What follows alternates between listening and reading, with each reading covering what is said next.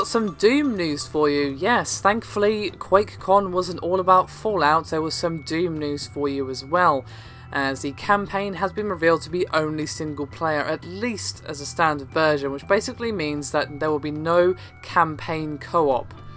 So obviously there will be multiplayer as was detailed at E3, just no single player co-op, local or online. Now, this came from the executive producer of Doom, Marty Stratton, who confirmed the news to PC Gamer. Instead, he pointed towards what is known as Snap Map, which is the extensive level editor suite which is enabling mods, even on consoles, as a way for people to actually create the levels they want to play, including co-op. And these levels can be strung together to create a campaign-like playlist, which is what I meant earlier when I said that officially Standard Edition out of the box will not have any campaign co-op, but if you want to make a co-op quote-unquote campaign, then the tools are very much there for you to do so, which is just fantastic. Modding does give us that huge canvas with which to paint upon if we so wish. And Stratton went on to say, quote, "You wouldn't necessarily carry weapons from one level to the next. The author could set it up knowing you have this set of weapons as you go into this next component. It's a little bit more like a playlist."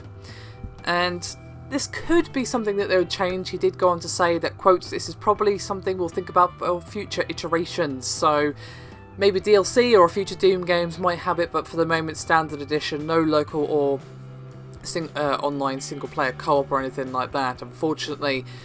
Now, while you won't be able to string together an actual proper campaign, you'll be able to get pretty damn close to it. If you can't carry weapons from one to the next, you just calculate, I guess, what weapons the player had at the end of the game and have them there ready to pick up at the start of the level, or just have completely self-contained rooms with a tangential connection to each other. Obviously, it's completely down to the modder, which is the joy of creativity and the joy of modding itself. But that's not all. I actually have another piece of Doom news for you as well. I know, aren't I generous?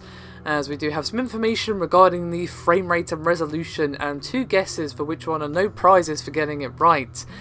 And basically, Doom was shown to attendees and they announced the alpha of the multiplayer. And naturally, tons of questions regarding the technicalities of the game came pouring in from fans. And Marty Stratton went to say, quote, "When you're developing, you make thousands of decisions that have an impact on performance or visual fidelity. We've always been at the forefront of saying we want our games to run as fast as possible at the highest resolution possible. So for us, that goal is 1080p and 60 FPS. Along with that goal, the mantra of our technology team is that we want the best looking game out there at 60 FPS and 1080p. So you draw that line in the sand." He went on to say, quote, "If you do your best to give consumers a very consistent experience and very high quality experience, which for us is a fast, fluid 60 FPS, I think that's the most important thing.